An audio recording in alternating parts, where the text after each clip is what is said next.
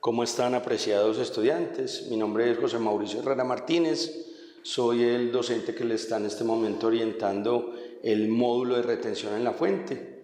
Pues ya hemos tenido 2 semanas de trabajo donde ustedes han entregado sus actividades y ya están evaluadas.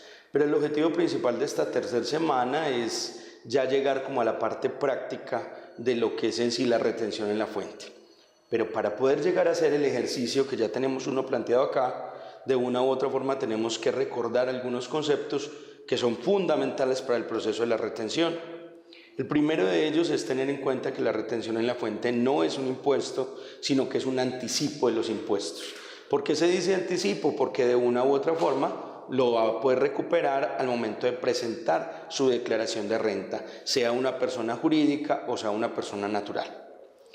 En segunda instancia, en segundo momento, tenemos que recordar que la retención en la fuente se puede realizar tanto a título de impuesto de renta como a título de impuesto de IVA y tercero, a título de impuesto de industria y comercio.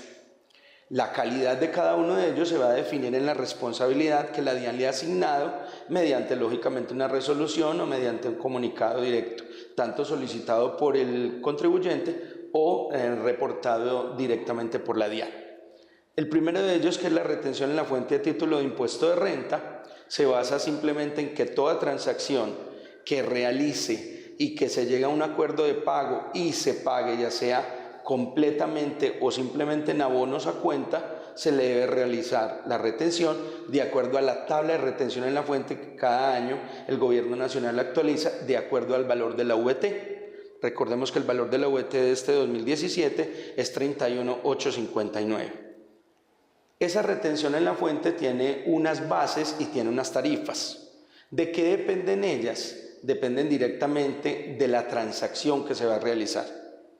Las bases de pronto más comunes son la de retención de arrendamientos de bienes inmuebles, la de compras, que son de pronto las más conocidas, cuya base es de 27 VTs para un total en pesos de 860.000. Y la otra de pronto más conocida es la de servicios, incluyendo servicios de transporte, servicios en general que tienen diferentes bases. Por ejemplo, servicios en general, la base sería de 127.000 pesos, que serían 4 VTs, y la retención en la fuente dependería de si es un declarante o un no declarante.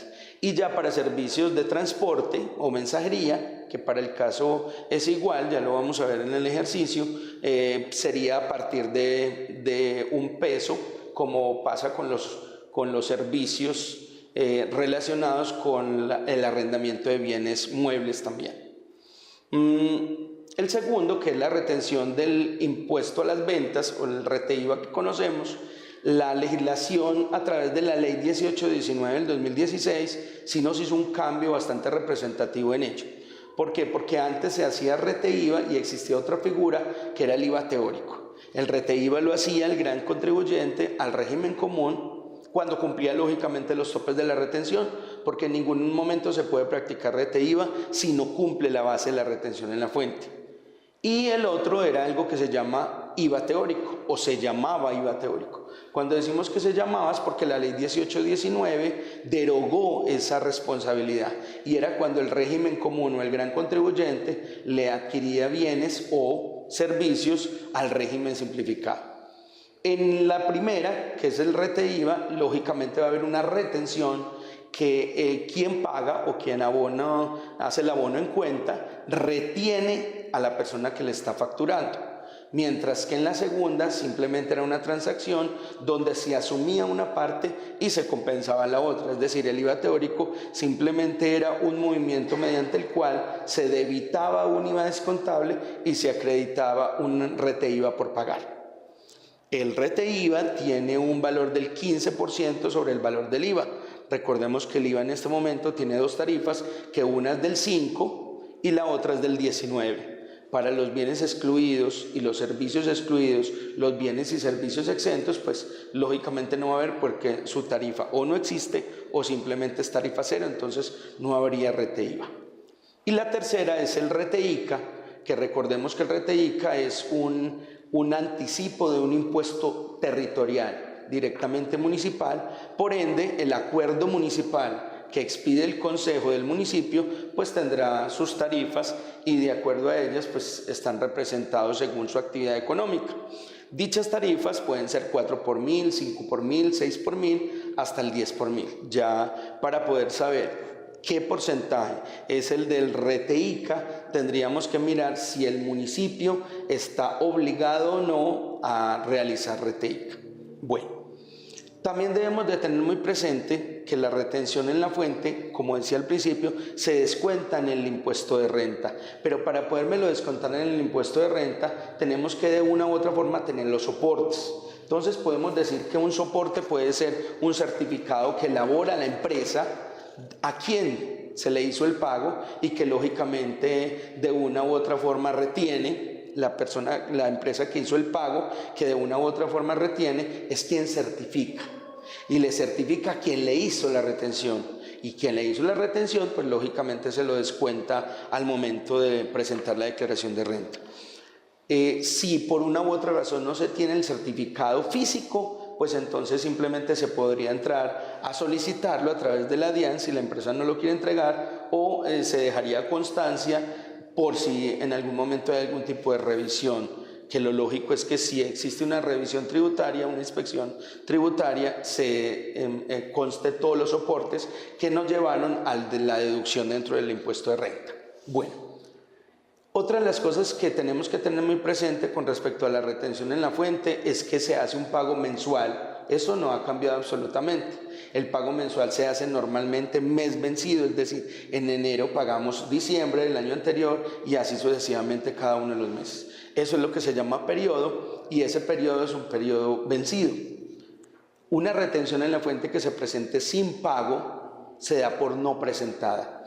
Darla por no presentada significa que de una u otra forma se tiene que pagar una sanción, y esa sanción sería la sanción por extemporaneidad. Se presentó la declaración, no se pagó, no existe declaración para la DIAN. Por eso se tiene que pagar la sanción y los respectivos intereses de mora, que para ello recordemos que está el formulario 350 para la presentación de la declaración, y existe pues lógicamente el formato de pago en bancos, que es el 490, donde especificamos el pago del impuesto, el pago de la sanción y el pago de los respectivos intereses. Bueno, dentro de la tabla de la retención en la fuente, de las bases de la retención en la fuente, es necesario aclarar algunas específicas, como son por ejemplo la de los honorarios.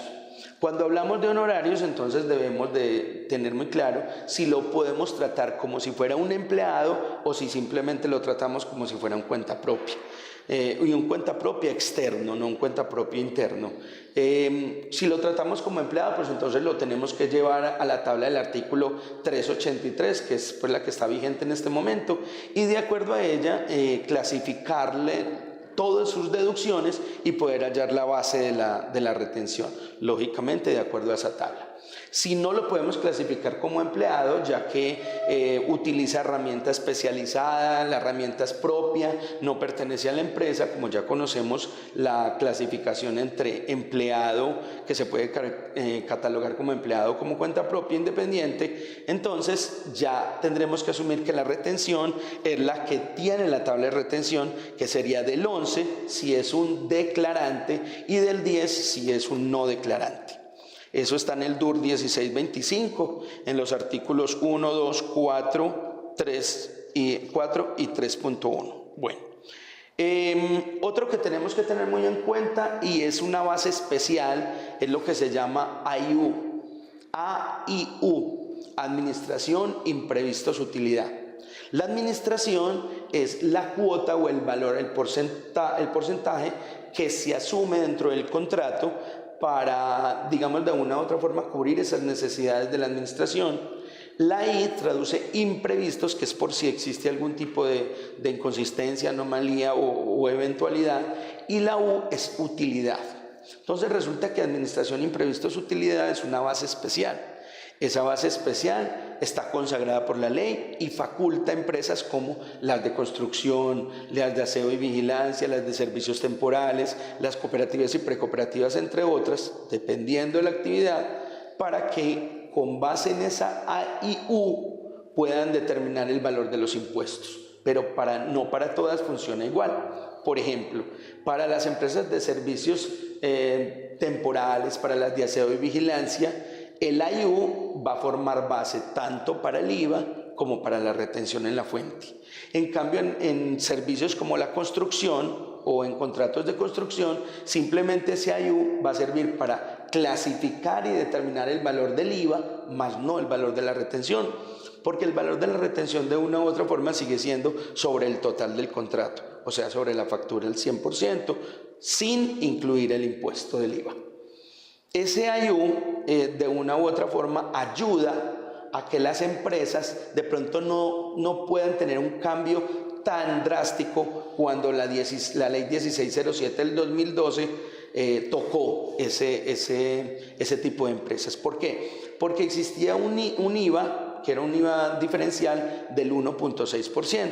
Esa IVA diferencial del 1.6% ayudaba a que las empresas de pronto no pagaran sobre el total de la factura, que son valores muy altos, y el Estado le daba ese beneficio. Pero al eliminar la ley, lógicamente la 1607, esa tarifa del 1.6 tuvo que igualarlos a todos al 16%.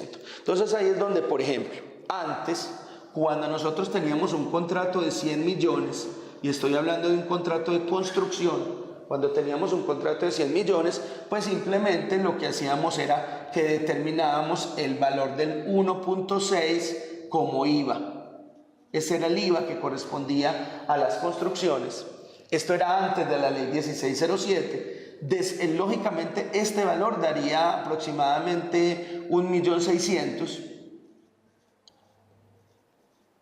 Y con la ley 1607 el valor de la factura sigue siendo de 100 millones, pero el AIU, Administración, Imprevistos, Utilidad, que es un porcentaje que fijan las dos personas jurídicas o naturales que intervienen en el contrato, va a depender de ese valor para poder fijar esa tarifa.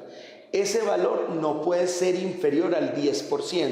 Y cuando se dice inferior al 10%, es que esta U, que significa utilidad, es sobre la cual se va a determinar el valor del IVA. Un ejemplo claro, si yo digo que el A es el 5%, el I es el 5% y la U mínimamente es el 10% por ley, quiere decir de que la U me forma un 20%, pero solo sobre este 10% es que se determina la base especial para el impuesto a las ventas.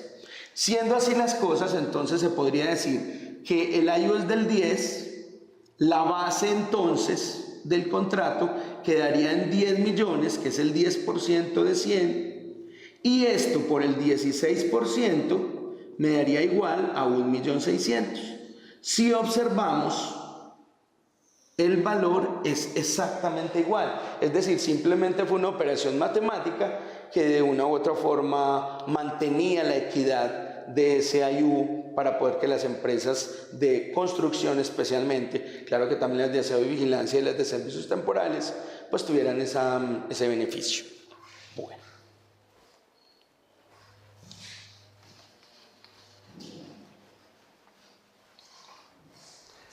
Otro de los elementos que componían la retención en la fuente es algo que se creó con la ley 1607 y era lo que se llamaba impuesto de renta para la equidad CRE.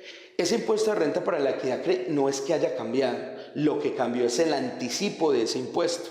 O sea, los pagos que nosotros realizábamos mensual o cuatrimestralmente, que era el anticipo del CRE. Ese anticipo del CRE, la ley 1819 del 2016, digamos que lo dejó sin firmeza, lo derogó completamente y pues ya no se está haciendo. Ese CRE contribuía para el SENA, el ICBF, las empresas prestadoras del servicio de salud, las EPS, y pues lógicamente de una u otra forma el Estado tiene que solventar eso a través del mismo impuesto de renta para la equidad CRE, que sigue siendo el 9%, que en ningún momento cambió, y lo más seguro es que ustedes ya lo vieron o lo van a ver en una asignatura, un módulo que se llama impuesto de renta. Por ahora entonces, con esa información vamos a proceder para hacer el ejercicio. Cada uno de esos ítems es los pagos o los abonos en cuenta por bienes o servicios que una empresa, que ya vamos a definir cómo se llama y cuál es, digamos que canceló durante el mes de enero. Entonces, para ello utilizamos el ejercicio, utilizamos la tabla de la retención en la fuente, que lógicamente por ley está asignada, y utilizamos también el formulario 350 que está vigente en este momento. El formulario 350 no tuvo un cambio muy representativo con respecto al del año anterior. Es más, el formulario sigue siendo igual. Lo único es que en el renglón número 78, que era donde iba el IVA teórico al régimen simplificado, simplemente colocó entre paréntesis como novedad: no aplica a partir del 1 de enero del 2017. De resto es el mismo formulario, no ha cambiado en absolutamente nada. Entonces vamos a empezar el ejercicio teniendo en cuenta que nosotros, quienes realizamos los pagos durante el mes de enero, somos una empresa gran contribuyente. Entonces, nosotros somos gran contribuyente.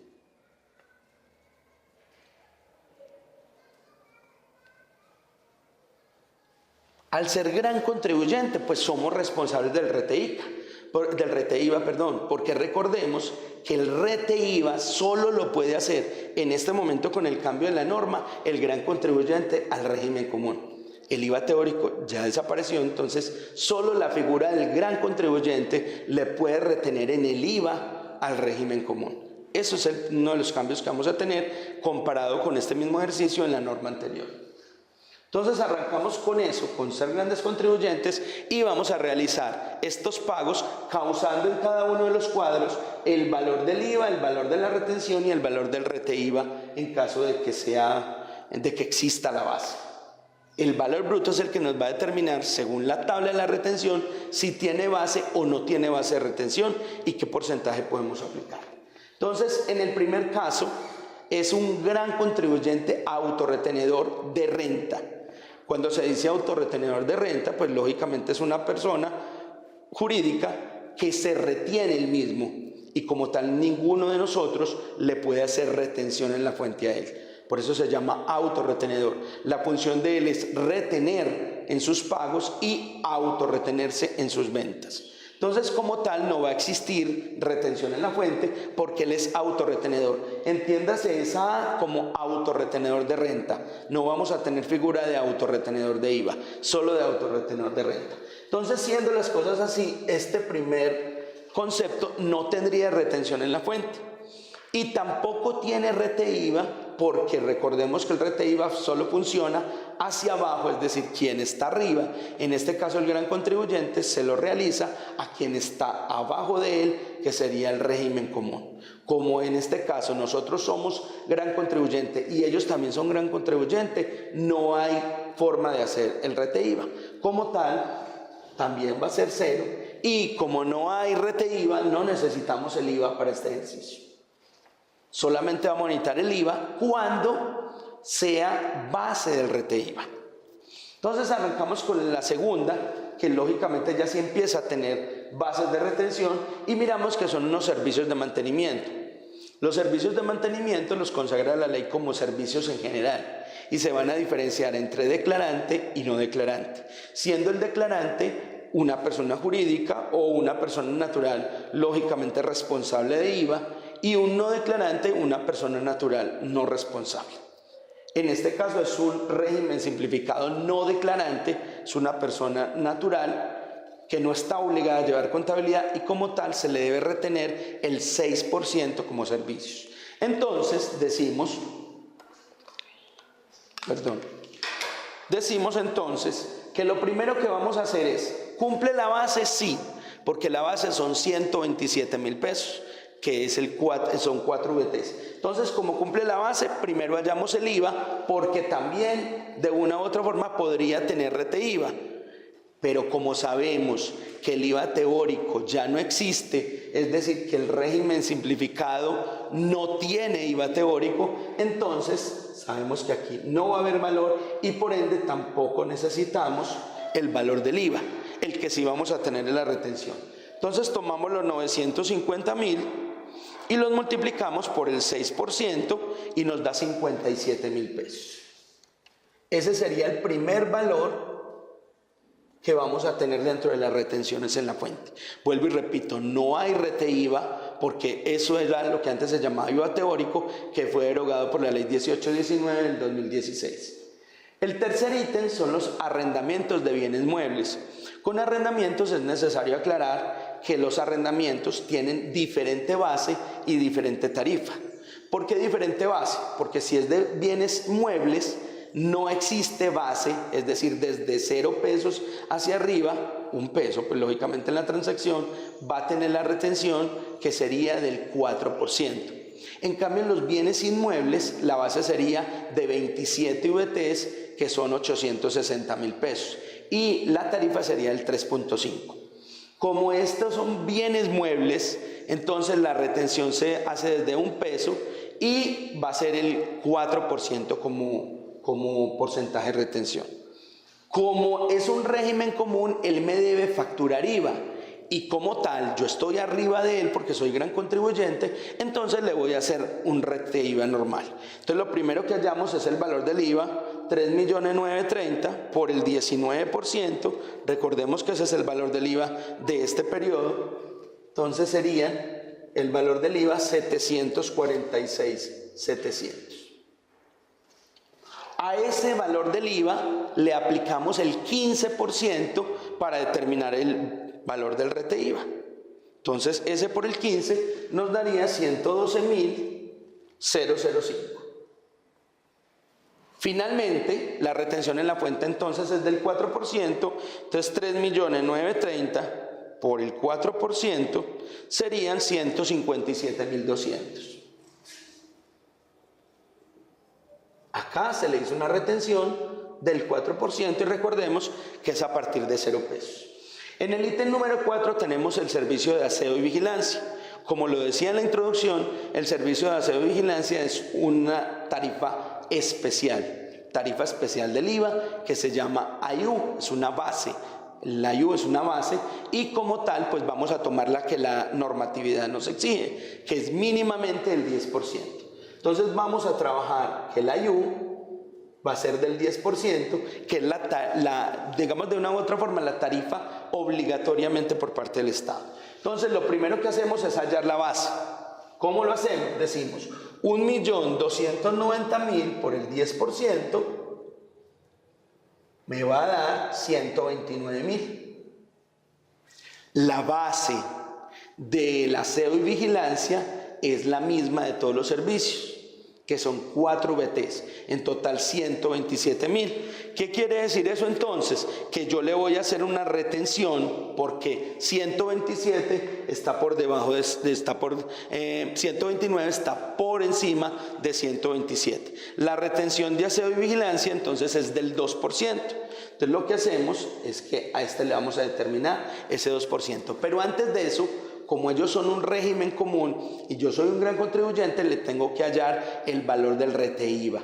Ese valor del rete IVA, vuelvo y repito, la base es la misma de la IU. Si la base de la IU son 129.000, a esos 129.000 es que le voy a determinar el 19%, que es el valor del IVA. No a 1.290.000, sino a la IU, 129. Entonces tomo 129.000 y lo multiplico por el 19%.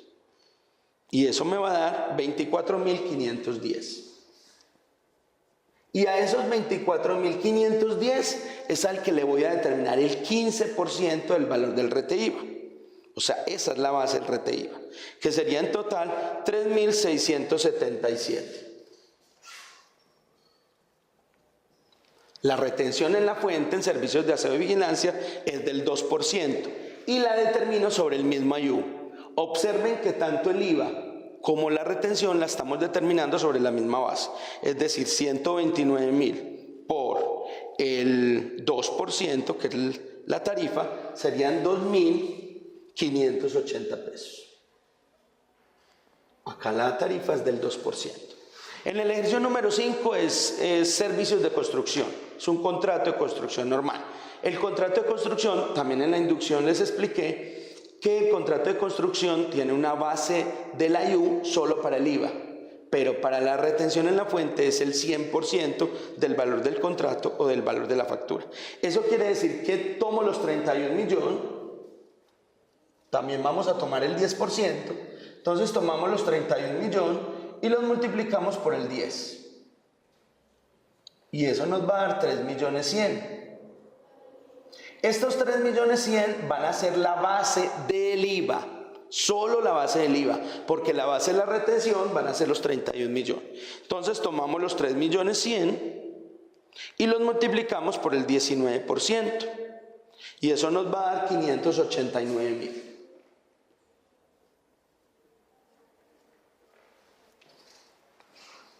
A esos 589 yo no le puedo hacer RTIVA porque lógicamente él es un gran contribuyente como yo, estamos al mismo nivel y no se puede hacer RTIVA entre iguales. Eso quiere decir que aquí no hay RTIVA.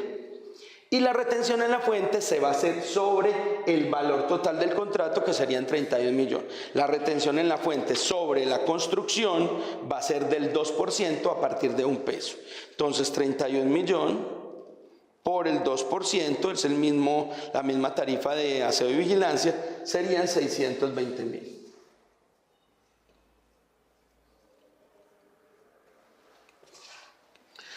Luego en el ítem 6 viene una compra a un régimen común. Una compra normalmente régimen común me cobra un IVA del 19%. Como él es un régimen común, yo sí le puedo hacer RTIVA. El RTIVA se lo hago al valor del IVA. Entonces digo, 2.090.000 por el 19% sería 397.100 pesos. Y a esos 397.100 los multiplico por el 15% y me va a dar 59.565. Ese sería el valor del IVA y el valor del RTIVA porque él es un régimen común y la compra da base para la retención. Y la retención en la fuente entonces ya sabemos que es del 2.5% entre declarantes. Entonces 2.090.000 por el 2.5% y eso nos da 52.250. Acá fue del 2.5, ya que son declarantes. Si hubiese sido no declarantes, entonces se haría el 3.5. Viene en el ítem 7 un arrendamiento de un bien inmueble. El arrendamiento de bien inmueble tiene una base de 860.000, la cumple y lógicamente se le hace un 3.5 de retención. Pero como es un régimen común, él me va a cobrar IVA y yo le voy a hacer RTIVA. Entonces tomo los 3.450.000 que es la base, lo multiplico por el 19 y eso me va a dar 655.500. A este valor lo multiplico por el 15% que es el valor del RTIVA y me daría 98.325.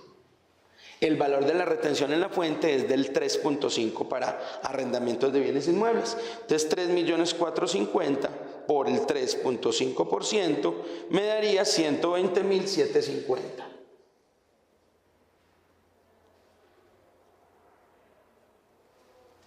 En el ítem 8 tenemos otra vez compras.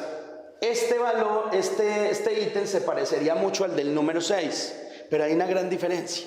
Y es que los 550.000 no me generan base para poderle hacer retención en la fuente y RTIVA. ¿Por qué? Porque la base es a partir de 860.000. ¿Eso qué quiere decir? Que no me sirve para nada el IVA porque no tiene RTIVA y no le puedo hacer retención porque no da la base de la retención. En el ítem 9 viene la mensajería. Entonces la mensajería en el estatuto tributario se refiere directamente a un transporte de carga, ya sea de un sobre, de una bolsa, de una caja, de un container, de lo que sea. Esa mensajería se asume dentro del estatuto tributario como un servicio de transporte de carga, lo cual quiere decir que se unificaría con lo que nosotros tenemos acá en el ítem 11. Ese valor de esa mensajería entonces se toma a partir de la base de los servicios y se le sacaría un porcentaje del 1% como retención en la fuente. Ojo, la mensajería y el transporte no está grabado con IVA. Es un servicio que está excluido del IVA, no es exento, es excluido. Lo cual quiere decir entonces que no necesitamos IVA y por ende si no tiene IVA, pues no va a tener RTIVA. Lo único que le podemos hacer al transporte es la retención en la fuente, que es del 1%. Entonces decimos 1.450.000 por el 1% y me daría 14.500.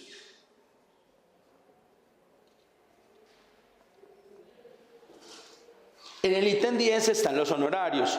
Ahorita les aclaraba yo que para cuando tengamos honorarios tenemos que definir si esa persona que nos está prestando el servicio puede ser tratada como empleado o simplemente como cuenta propia, independiente o como quieran llamarlo, que sería aquel a quien la norma obliga que yo le retenga el 10 si es no declarante y el 11 si es declarante. Para este ejemplo vamos a tomar como si fuera alguien externo que simplemente contratamos por una asesoría única, no es constante, por una asesoría única y como tal le vamos a retener pues lo consagrado en la tabla de la retención en la fuente que precisamente le pertenece al DUR 1625. Ese DUR 1625 nos dice que debe ser del 10 para persona natural no declarante y un 11 para persona natural declarante. Recordemos que la persona natural declarante se lo va a poder deducir en la declaración de renta.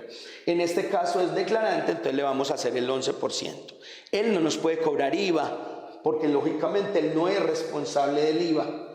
Y yo no le puedo hacer RTIVA, porque eso era lo que se conocía como el IVA teórico, que la ley 1819 derogó en el mes de diciembre a partir de este año.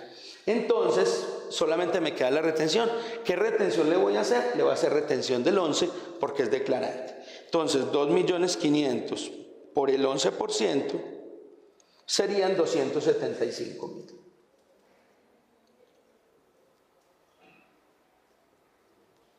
El ítem 11 es un servicio de transporte de carga. Pasa exactamente lo mismo que pasó en el 9, que como es un servicio de transporte de carga está excluido del IVA y como tal tampoco tendría RTIVA.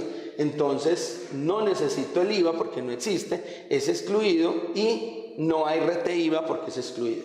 Ojo que en esto les voy a colocar el excluido para que ustedes recuerden que esto no tiene, es por ley, no porque no dio la base, sino que es porque es excluido, entonces por ley no tiene base no tiene IVA. Y la base de la retención, entonces ya sabemos que es la misma de servicios de transporte, la misma de la mensajería y que sería el 1%. Entonces tomamos los 900.000 por el 1% y nos da 9.000. Eso sería la retención en la fuente, 9.000 con una tarifa del 1%. En el ítem 12 están las comisiones. Las comisiones se parecen mucho a los honorarios, tanto que en años anteriores en el formulario, en el mismo renglón estaban incluidas honorarios y comisiones. Pero a partir del año anterior se separaron y están en renglones diferentes del formulario, pero siguen teniendo la misma base de 0, o sea, de $1 para arriba, y la tarifa sigue siendo también declarantes el 11, no declarantes el 10. Y está en el mismo DUR 1625. Entonces lo que decimos es que este es un declarante porque es un régimen común. Él me cobra IVA, entonces como tal, yo voy a tomar los 5.400.000 por el 19%, eso me va a dar el IVA que es 1.026.000. A ese 1.026.000 le voy a aplicar el 15% porque si tiene RTIVA, recordemos que yo estoy arriba y él está abajo, que serían 153.900 pesos. Y la retención en la fuente de las comisiones, como es la misma de los honorarios y es un declarante, sería el 11. Entonces, 5.400.000 por el 11% serían 594.000.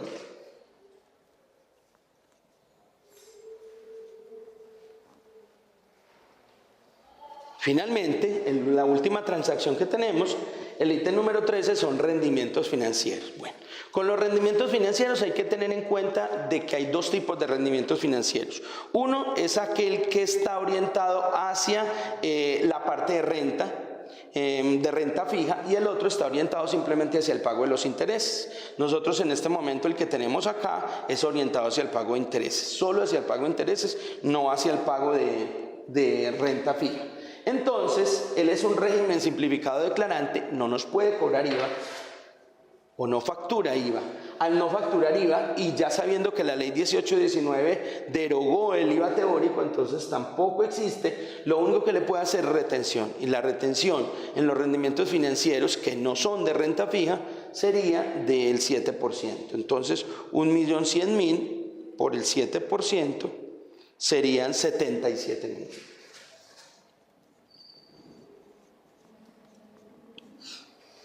Ya con estos valores, ya una vez depurada toda la tabla y ya teniendo en cuenta que tengo los argumentos para poder llenar el formulario, para poder elaborar al menos el borrador del formulario, pues entonces vamos a proceder a eso.